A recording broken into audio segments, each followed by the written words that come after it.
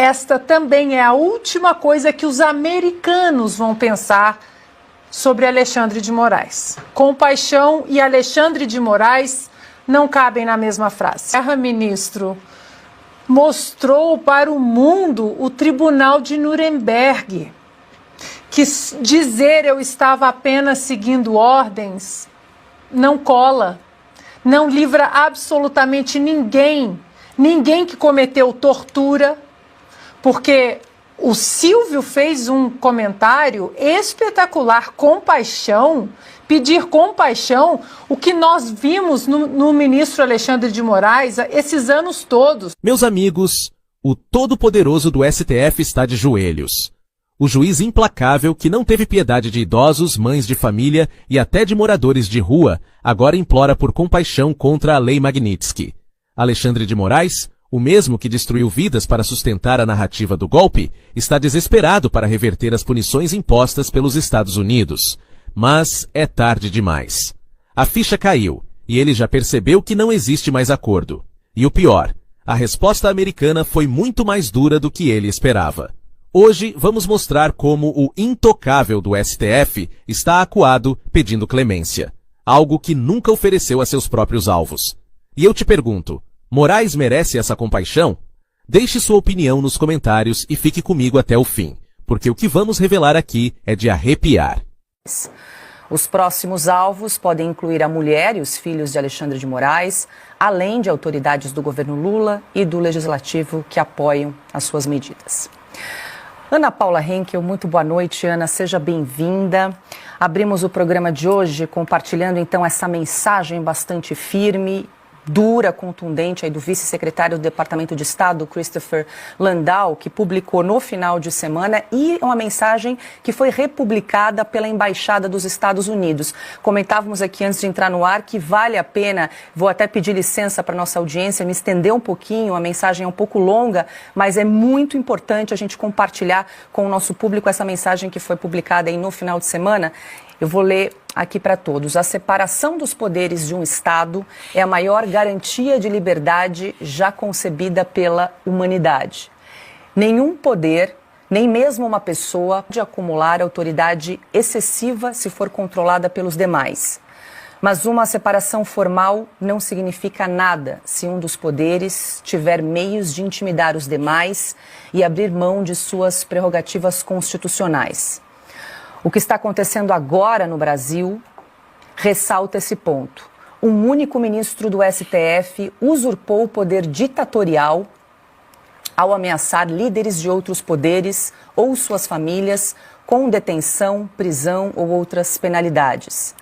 Essa pessoa destruiu a relação histórica de proximidade entre Brasil e os Estados Unidos ao tentar, entre outras coisas, aplicar extraterritorialidade à lei brasileira para silenciar indivíduos e empresas em solo americano. A situação é sem precedentes e anômala, justamente porque essa pessoa veste uma toga judicial. Sempre é possível negociar com líderes dos poderes executivos ou legislativos de um país, mas não com um juiz que deve manter a aparência de que todas as suas ações são ditadas pela lei. Assim, nos encontramos em um beco sem saída. O usurpador se reveste do Estado de Direito, enquanto os demais poderes afirmam estar impotentes para reagir. Se alguém conhecer um precedente na história humana em que um único juiz, não eleito, tenha assumido o controle do destino de sua nação, por favor, avise. Queremos restaurar nossa amizade histórica com a grande nação do Brasil. Muito boa noite, Ana. Seja bem-vinda. Impecável mensagem. Paula, essa mensagem do vice-secretário de Estado dos Estados Unidos é o segundo homem do Departamento de Estado, é o braço direito do Marco Rubio.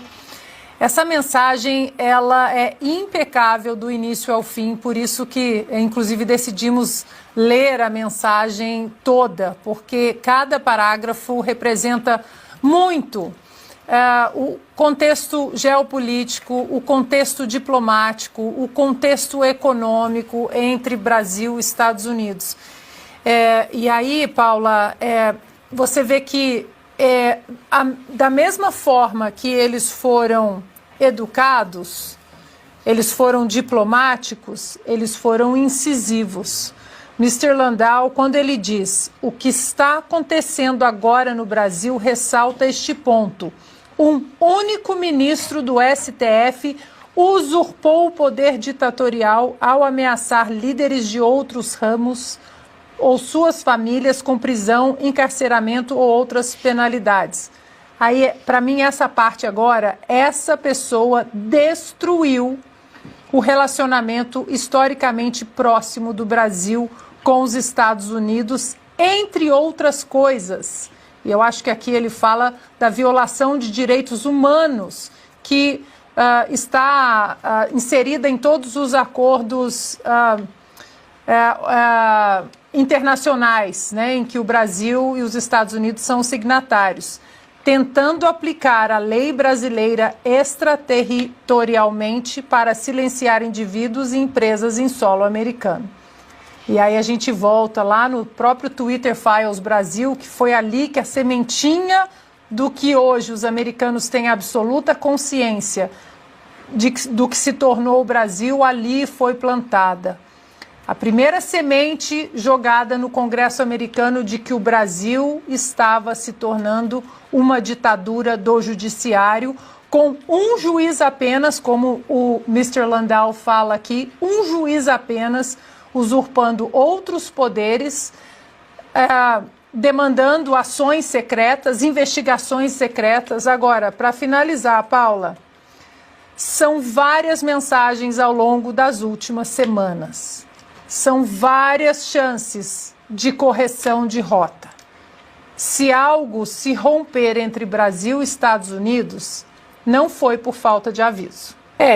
Quando ele fala, né, as instituições acabam repetindo os erros dos seres humanos, mas aí na mesma frase ele fala, exatamente por isso o judiciário é um órgão colegiado. Mas se é um órgão colegiado, os outros seres humanos não deveriam corrigir os erros de alguns seres humanos no órgão colegiado?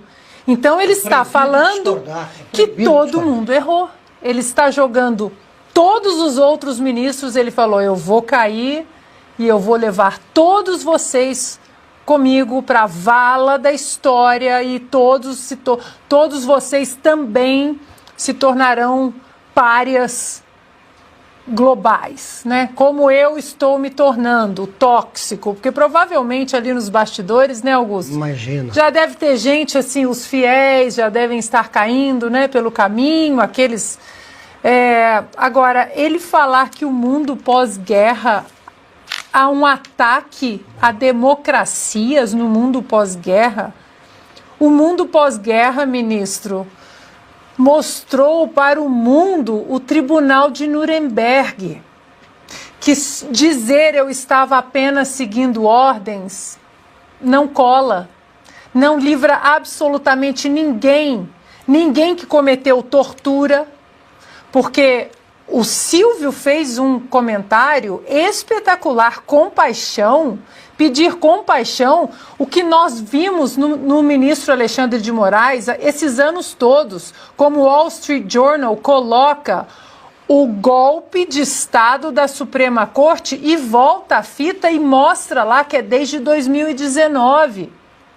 Compaixão com quem mostra apreço à tortura, sadismo, crueldade, barbárie. Então ele sabe disso tudo, ele sabe que o contexto dele, a última coisa que os brasileiros pensariam sobre Moraes seria compaixão. E agora, esta também é a última coisa que os americanos vão pensar sobre Alexandre de Moraes. Compaixão e Alexandre de Moraes não cabem na mesma frase.